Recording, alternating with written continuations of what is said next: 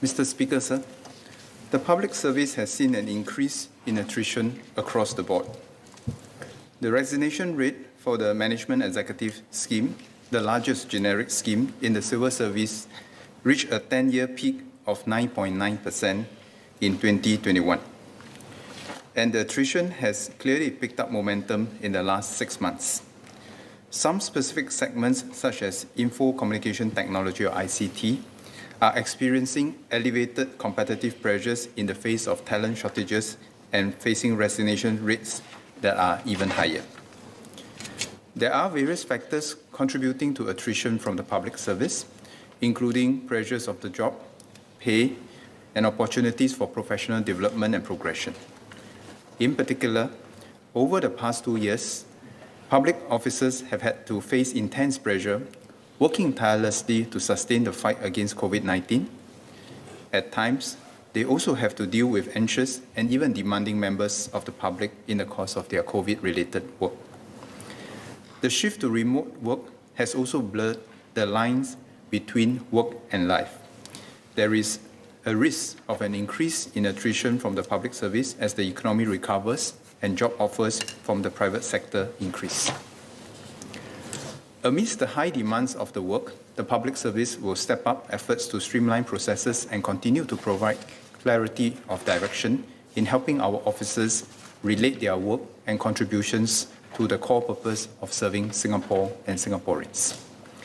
At the same time, the service has also stepped up efforts to support and care for the health and mental well-being of public officers.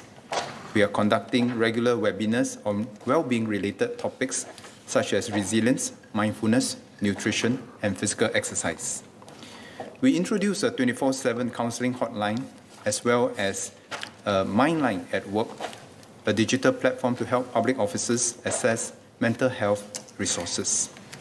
We have also built up a community of over 900 wellness ambassadors from 80 agencies.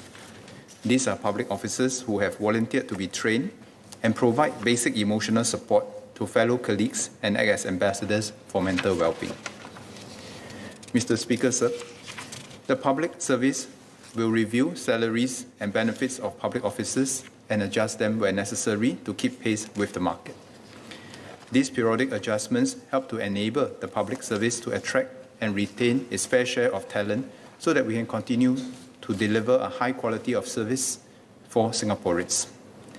In addition, we have made several moves to enhance the employee value proposition of a career in the public service by expanding job rotations and attachments outside the public sector to make work more interesting and fulfilling as officers get to experience and learn new things constantly. Mr. Patrick Tay.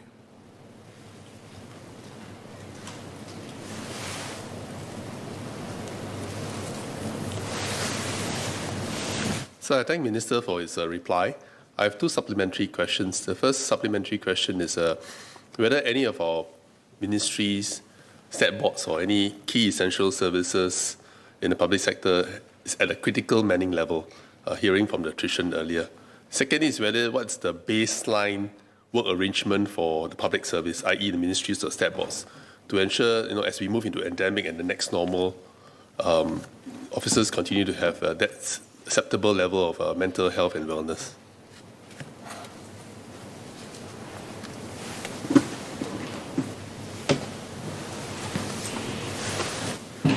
Mr. Speaker, sir, at this point in time,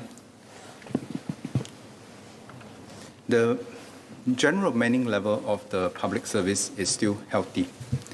But having said that, there are two areas of concern for me. First, there might be some localized shortages, and we will have to redeploy our officers accordingly to serve the public and to maintain the standards of service we require.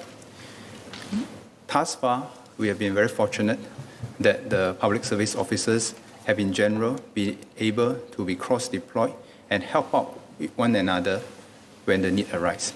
So, for example, in the earlier PQ reply, when MOH needed additional manpower to man the hotlines, we were able to mobilize resources from CPF and other volunteers from the public service in general to be redeployed to help them on a temporary basis. So we will continue to do this, and I'd like to thank all the public service officers for stepping up to volunteer to cover some of these gaps at the localized shortages. But there's another area that I'm concerned with, which is the longer-term impact. And that's our ability to make sure that we not only deliver the services for today, but we are also able to continue to improve our system and processes for the future. In this particular area, the specific area of concern will be our ICT talent, because in a lot of the ICT projects, we do need sufficient quantity and quality personnel in order to make sure that these projects are on track. And given the hot market in the private sector for ICT talent, it is indeed a big challenge for us to get our fair share of talent. Of course, we understand that in the public service, we do not compete just on the basis of pay. We also compete on the basis of offering our people exciting and meaningful work. So we'll continue to work on this. But in general, to answer Mr. Patrick Tay's first question, in general, we are still able to hold up the system by redeploying and cross-deploying officers as needed to maintain the current level of service. But we must pay attention to the forward-looking services that we want to put in place to serve Singapore and Singaporeans better in time to come. To Mr. Patrick Tay's question, there is not exactly a new baseline arrangement because the spectrum of public service officers' duties vary quite a lot. Quite a lot of the public service officers, including those in the education service, will not be able to have a work from home arrangements because they do need to be present to man their stations.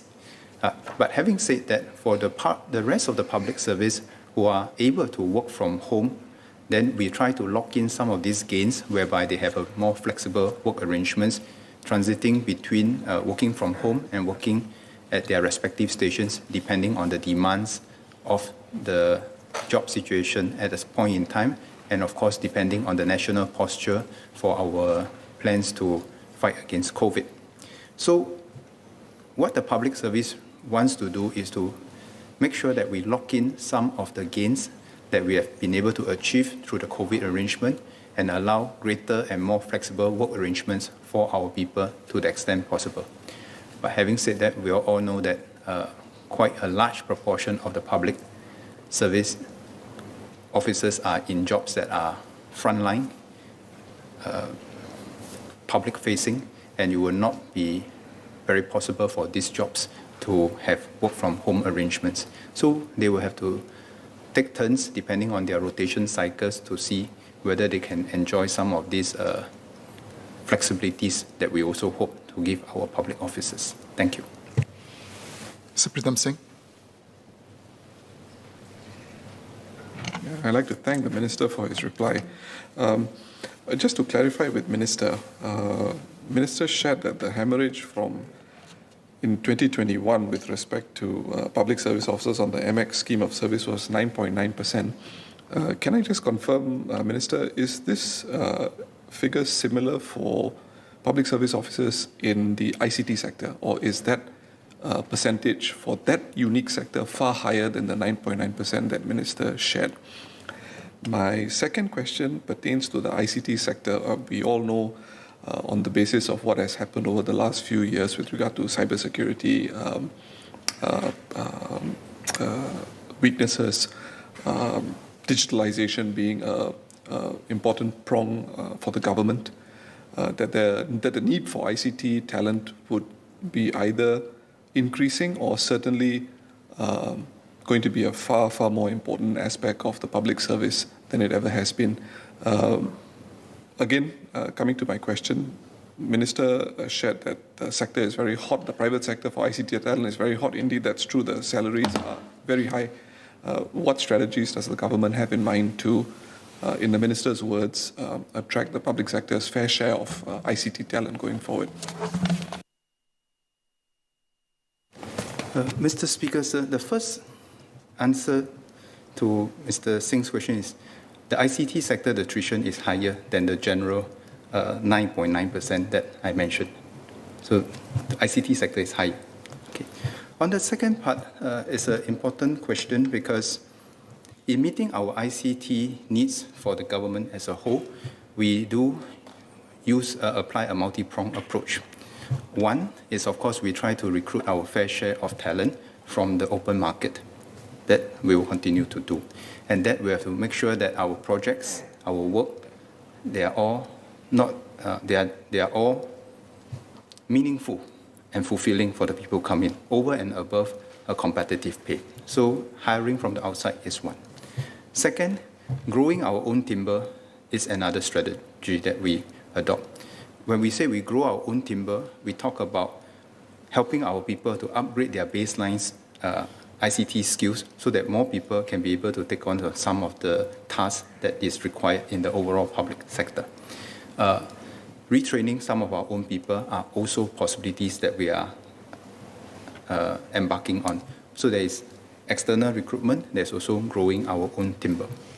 The third prong that we use to meet our own ICT needs is also to rationalize the way we demand ICT manpower. For example, to the extent that we can aggregate projects of similar nature, we will be able to do that because it helps us to save costs, it helps us to reduce the demand on the ICT manpower, and of course, over the longer term, it also helps us to have a much more integrated public service ICT system. So through these various multi-pronged strategies, we hope to have a holistic arrangements to meet the ICT needs for our public service going forward.